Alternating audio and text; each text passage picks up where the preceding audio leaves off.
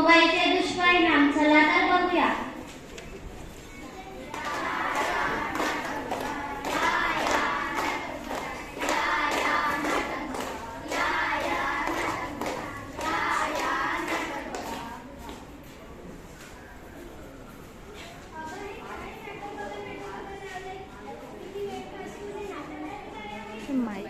अगं हे नाटक नाही, महानाटक आहे.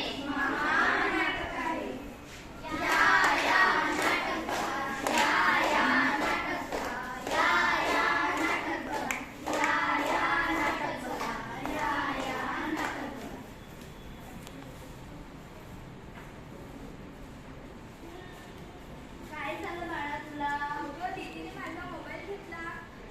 चल, कशाला एवढा वेळ मोबाईल बघते? गेम खेळते त्यापेक्षा अभ्यास कर ना. अभ्यास नाही का तुला? वाचन कर, लिखाण काम कर. ते नाही आहे का? शाळेत होमवर्क दिला असेल ना टीचरना, तो कर ना. अगं आधी मोबाईल दे, मगच मी अभ्यास करणार.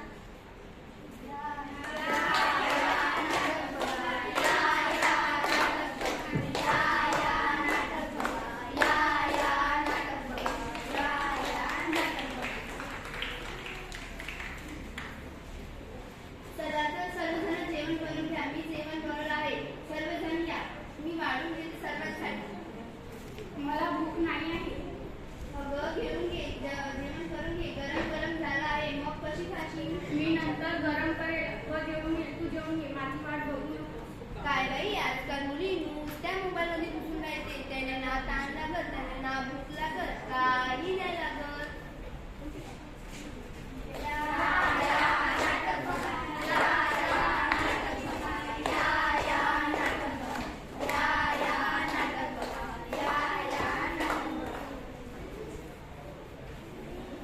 काय झालं बाळा?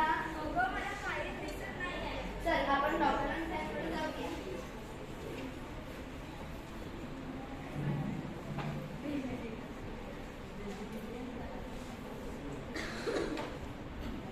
काय झालं? ए माईक घे बेटा.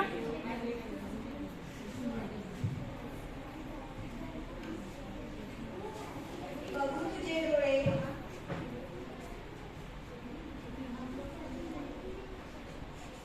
हे किती आहे? हे किती आहे? नीट बघ ना, हे किती आहे? नीट बघ.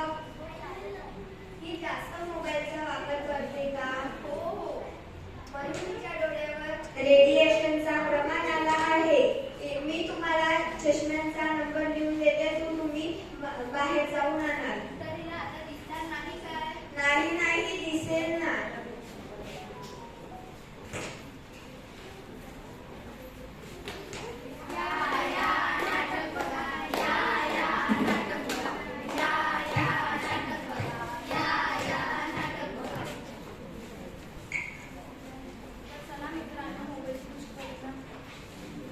हे एक दृश्य आम्ही सर्वांनी तुमच्या पुढे सादर केले आहे. असे अनेक दुष्परिणाम आहेत जे लहान लहान मुलांवर होत असतात.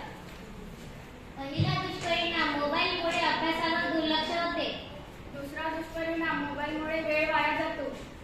तिसरा दुष्परिणाम, स्वभावात चिडचिडापणा येतो. चौथा दुष्परिणाम, आपण आपल्या आईबाबांना